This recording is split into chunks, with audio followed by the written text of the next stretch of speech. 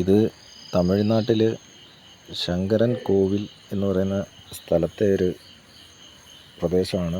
ടൗണിനോട് അടുത്ത് തന്നെയുള്ളൊരു പ്രദേശമാണ്. അവിടെ മുമ്പ് വരുമ്പോൾ ആ പരിസരത്ത് അടുക്കാൻ പറ്റത്തില്ലായിരുന്നു, അത്രയ്ക്ക് മാലിന്യ കൂമ്പാരമായിരുന്നു.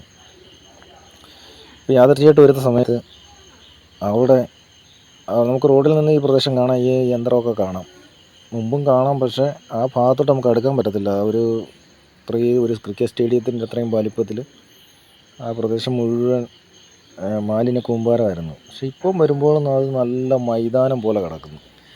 അപ്പോൾ അവിടെ കയറി ഒന്ന് നോക്കാമെന്ന് വിചാരിച്ചപ്പം അവിടെ നമ്മൾ ഇതിനെപ്പറ്റി ഈ യന്ത്രത്തെ പറ്റി ഒന്ന് അന്വേഷിച്ചപ്പം അവർ പറഞ്ഞത്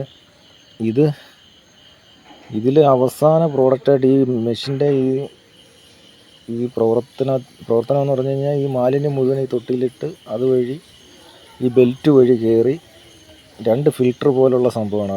ഇതിൽ ഒരു ഫിൽറ്ററിൽ വലിയ ഹോളുകളാണ്. അപ്പം ആ ഫിൽറ്ററിൽ ഈ വേസ്റ്റെല്ലാം കൂടെ കയറി വന്ന് അത് പ്രവർത്തിക്കുന്ന സമയത്ത് അതിനകത്തുനിന്ന് വലിയ കല്ലുകൾ, പ്ലാസ്റ്റിക്കുകളെല്ലാം ആ റൈറ്റ് സൈഡിൽ കാണുന്ന ബെൽറ്റിൽ കൂടെ പുറത്തു പോകും.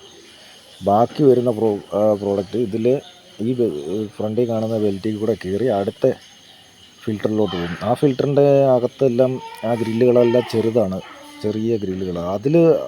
അത് പ്രവർത്തിച്ചുണ്ടാകുന്ന അവസാന പ്രോഡക്റ്റ് എന്ന് പറയുന്ന വളമാണ്.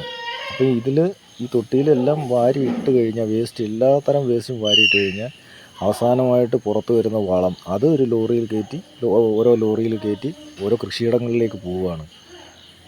നമ്മൾക്ക് ഈ കളമശ്ശേരിയിലൊക്കെ കാണുന്ന പോലെ കേരളത്തിൽ ഇത്രയും മാലിന്യ കൂമ്പാരം അവിടെ പരിസരത്ത് അടുക്കാൻ പറ്റത്തില്ല, അത്രയും ഉണ്ടായിരുന്നത്. ഇപ്പം ആ മെഷീൻ അവിടെ റെസ്റ്റിലാണ്. കാരണം മാലിന്യം വന്നാലേ അത് വർക്കാൻ പറ്റുന്നുണ്ട്. ഈ ഭാഗങ്ങളിലെല്ലാം ഇപ്പോൾ ഒന്നുമില്ല, വേസ്റ്റേ ഇല്ല. ഇനി വേസ്റ്റ് വന്നാലേ ഇത് പ്രവർത്തിപ്പിക്കൂ.